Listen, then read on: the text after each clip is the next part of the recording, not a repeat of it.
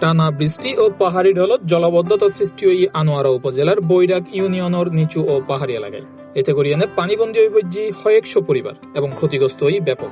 এসব পানিবন্দী ও ক্ষতিগ্রস্ত পরিবারের খোঁজ খবর ও পাশে থাকি বেলায় ছুটি গিয়ে আনোয়ারা উপজেলা বিএনপির সাবেক সদস্য ও সম্ভাব্য বৈরাগ ইউনিয়ন পরিষদের চেয়ারম্যান প্রার্থী মোহাম্মদ মামুন খান।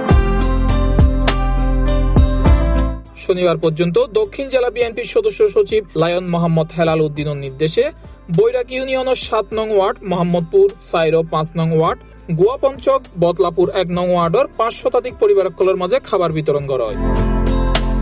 এছাড়া মোহাম্মদপুর এলাকার পাহাড়ের পানির ঢলে ক্ষতিগ্রস্ত পরিবারের নগদ আর্থিক অনুদান প্রদান করা হয়। সামনেও এই সহায়তা অব্যাহত থাকিব বলে জানানো হয়। ক্ষতিগ্রস্ত অকলর বিভিন্ন প্রয়োজনে পাশে থাকিবের আশ্বাস দেওয়া হয়। ইন্দি মামুন খানের সহায়তা ও তার পাশে পাইনে আনন্দিত এলাকাবাসী। C+ TV, Chittagong.